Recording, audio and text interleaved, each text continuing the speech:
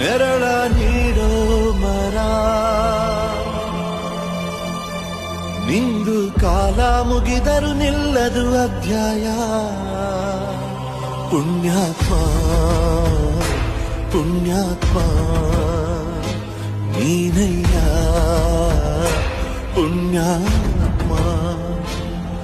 ಮಂಡಲ್ಲಿ ನಿನ್ನದೆ ಶ್ರೇಷ್ಠ ಕಥೆ ಶ್ರೀಮಂತ ನೀನಯ್ಯ